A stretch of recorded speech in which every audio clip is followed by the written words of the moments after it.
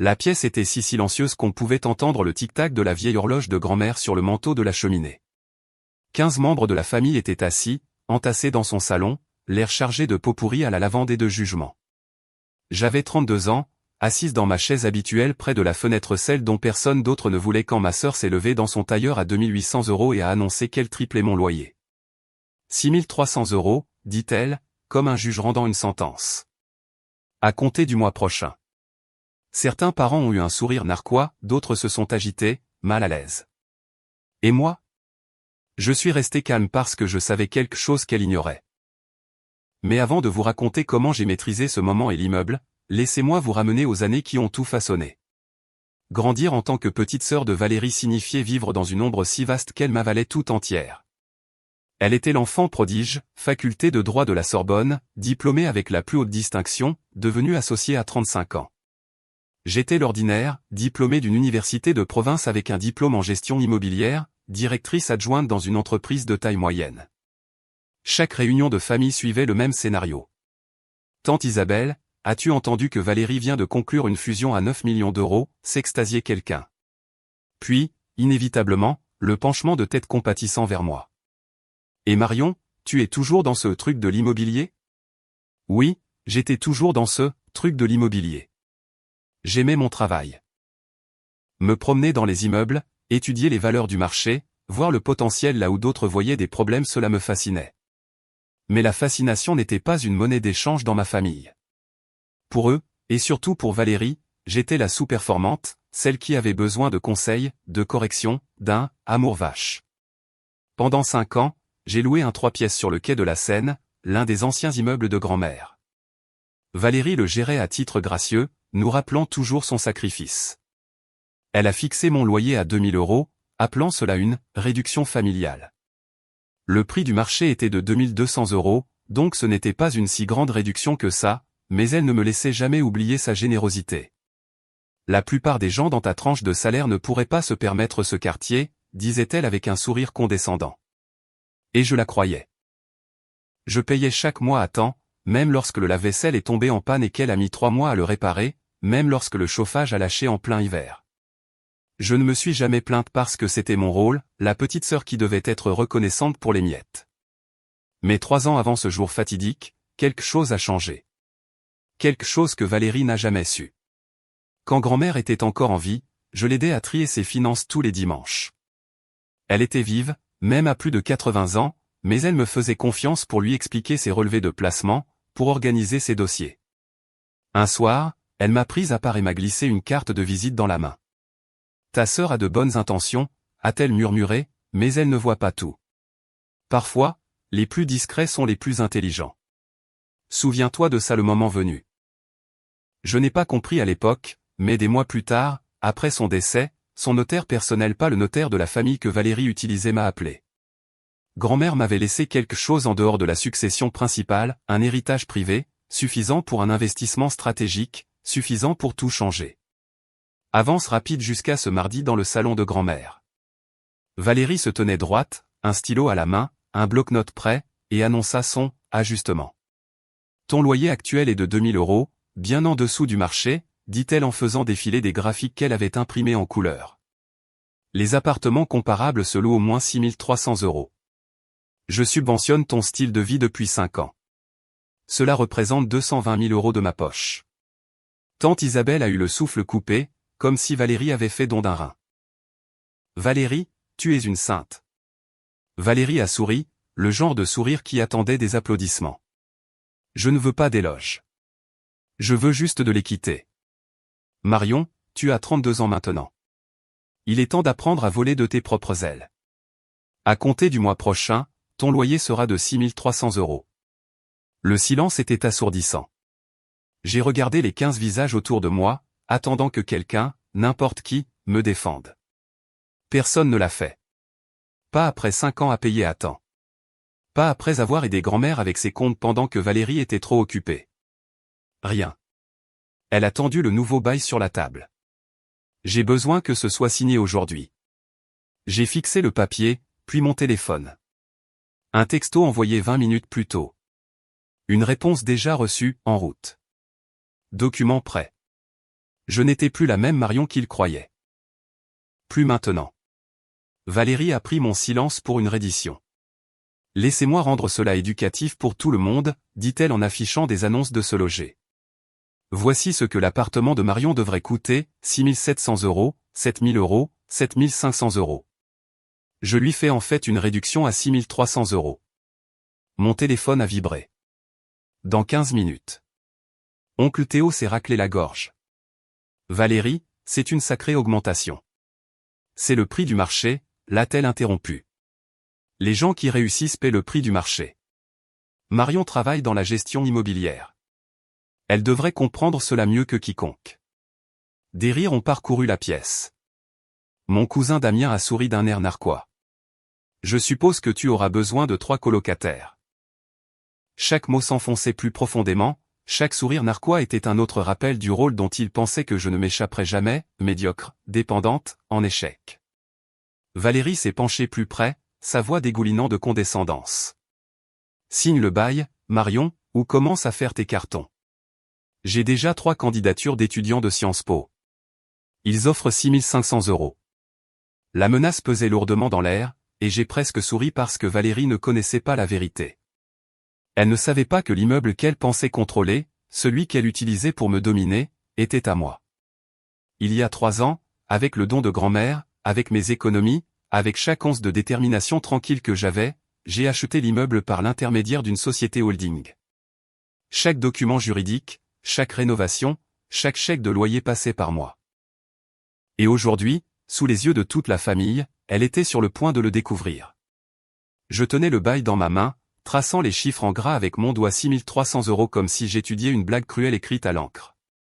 Mon cœur a cogné une fois, fort, mais mon visage n'a rien laissé paraître. Des années à être sous-estimé m'avaient bien entraîné à l'art de l'immobilité. Valérie a souri d'un air narquois, prenant mon silence pour une défaite. Bien. Tu apprends enfin à écouter. Signe, et tout cela sera derrière nous.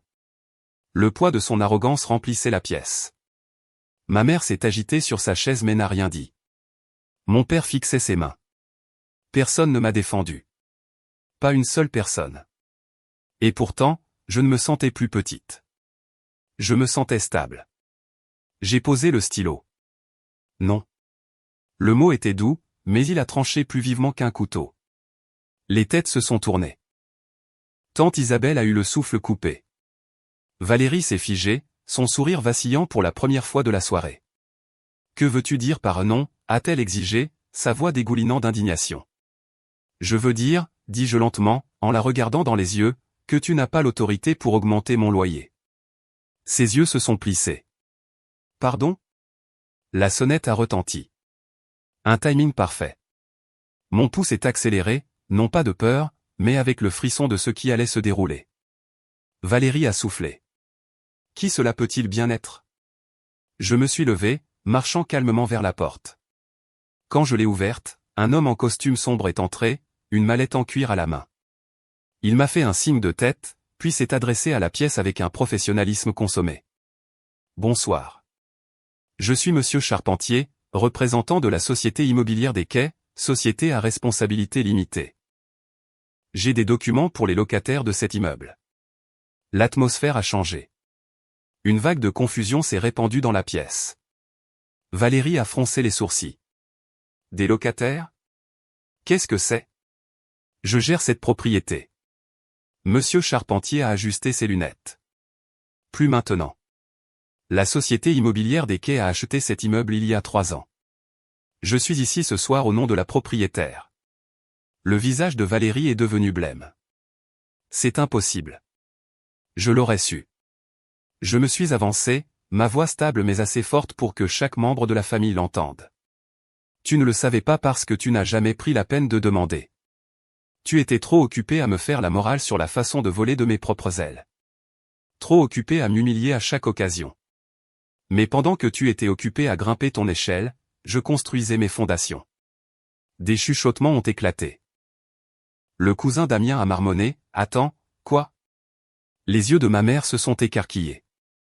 Valérie s'est tournée vers moi, la fureur perçant à travers son choc. « Tu mens ?» Monsieur Charpentier a ouvert sa mallette et a posé une épaisse liasse de documents sur la table basse, titres de propriété, reçus fiscaux, permis de rénovation, tous signés par moi. Marion Dubois, a-t-il dit clairement, est l'unique propriétaire de cet immeuble. La pièce est devenue silencieuse. Même le tic-tac de l'horloge semblait s'être arrêté. Valérie a reculé d'un pas, le visage pâle, son sang-froid s'effondrant. Non, ce n'est pas possible. Je l'ai regardé droit dans les yeux. Tu as essayé de tripler mon loyer sur un immeuble qui ne t'appartient même pas. Tu as essayé de m'expulser de ma propre propriété. Et tu l'as fait devant tout le monde, en pensant que tu m'embarrasserais. Mais ce soir, c'est toi qui t'es embarrassé. Le silence s'est brisé en une douzaine de réactions. Tante Isabelle a murmuré « Oh mon Dieu !» Mon père s'est raclé la gorge, se déplaçant mal à l'aise. Les lèvres de ma mère se sont entr'ouvertes comme si elle voulait parler, mais aucun mot n'est sorti. Valérie a secoué la tête violemment. Ce n'est pas juste. Tu m'as piégé. Tu. Non, Valérie, les jeux interrompus, ma voix plus ferme maintenant. Je ne t'ai pas piégé. J'ai simplement arrêté de te laisser me duper. Elle a de nouveau ouvert la bouche, mais aucun son n'est sorti. Le pouvoir qu'elle avait exercé si nonchalamment, si cruellement, lui avait glissé des doigts en un instant. Pour la première fois de ma vie, je n'étais pas la sœur négligée. Je n'étais pas la sous-performante, le cas de Charité, celle qui avait besoin de son aumône. J'étais celle qui détenait le titre de propriété. Et alors que le visage de Valérie pâlissait devant 15 parents stupéfaits, j'ai senti le poids d'années d'humiliation se soulever de moi comme de la fumée s'échappant d'un feu. La bouche de Valérie s'ouvrait et se fermait comme si elle se noyait dans l'air, désespérée de trouver quelque chose à quoi se raccrocher. Les parents qui hochaient autrefois la tête en accord avec ces leçons se tortillaient maintenant sur leur siège, soudainement mal à l'aise avec leur silence, leur complicité. Personne ne s'est précipité pour la défendre. Personne n'a osé. Tu ne peux pas faire ça, a-t-elle finalement balbutié, sa voix tremblant d'une manière que je n'avais jamais entendue auparavant. Tu ne peux pas tout me prendre. J'ai incliné la tête, calme d'une manière qui ne vient qu'après des années à ravaler sa douleur. Je ne t'ai rien pris, Valérie. Tu ne l'as jamais eu pour commencer. Son visage s'est tordu. Mais grand-mère m'a laissé responsable. Elle me faisait confiance. Elle te faisait confiance pour gérer, pas pour posséder, ai-je répondu. Elle m'a fait confiance avec quelque chose de plus grand. Et pendant que tu étais occupé à jouer la comédie pour tout le monde, moi, je l'écoutais. L'avocat, Monsieur Charpentier, s'est raclé la gorge poliment, ajustant ses papiers. Si je peux me permettre, dit-il en jetant un coup d'œil à la pièce. Madame Marion Dubois est la propriétaire légale depuis l'achat il y a 3 ans. Chaque locataire de cet immeuble paie son loyer directement à sa société holding, y compris, techniquement, il fit une pause, ses yeux se posant sur Valérie, votre appartement. Le hoquet de stupeur qui a éclaté dans la pièce était vif, presque théâtral. Ma sœur a reculé comme si elle avait été frappée. Mon appartement, a-t-elle répété, horrifiée. J'ai croisé les bras, les années d'humiliation aiguisant mes mots en acier. Oui, Valérie.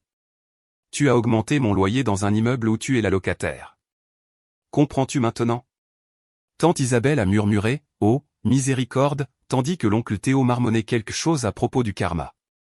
Mon cousin Damien, pour une fois, a gardé son sourire narquois pour lui. Le sang-froid de Valérie s'est complètement fissuré. Ce n'est pas possible. Je ne te paierai pas un centime. Je vais. Tu paieras ou tu partiras, les jeux coupés, ma voix stable mais ferme. Le même choix que tu m'as si joyeusement donné. Elle a cherché du soutien dans la pièce, mais aucun ne vint. Mes parents étaient assis, figés. La main de ma mère serrait son verre de vin si fort que j'ai cru qu'il allait se briser. La mâchoire de mon père travaillait comme s'il voulait parler, mais aucun mot ne sortit. Pour la première fois, il ne pouvait pas la protéger. Je me suis penché plus près, baissant la voix pour qu'elle seule puisse entendre, bien que je sache que toute la pièce écoutait. Tu pensais pouvoir m'écraser. Tu pensais pouvoir m'humilier. Mais voici la vérité, Valérie, pendant que tu étais occupée à essayer de grimper au-dessus de moi, j'étais déjà plus haut que tu ne le savais. Ses lèvres ont tremblé. Tu es cruel. Non, ai-je chuchoté en retour. J'en ai simplement fini d'être ta victime. Les mots se sont posés sur la pièce comme un coup de marteau. Final, incontestable. Monsieur Charpentier a fermé sa mallette d'un coup sec. Cela conclut mes affaires pour ce soir. Bonsoir. Il m'a serré la main, a hoché la tête vers le public stupéfait et est parti. Le silence qui a suivi était assourdissant. Valérie s'est effondrée dans son fauteuil, sa posture autrefois parfaite brisée, ses yeux vitreux. Je me suis retourné, marchant vers la porte, le poids de 15 ans de rabaissement glissant enfin de mes épaules. Je n'avais pas besoin d'applaudissements. Je n'avais pas besoin de leur approbation. Le regard sur le visage pâle de ma sœur, le silence de ceux qui se joignaient autrefois à ces rires, cela suffisait. En sortant dans l'air frais de la nuit, j'ai réalisé quelque chose de profond. La vengeance n'avait pas été mon plan.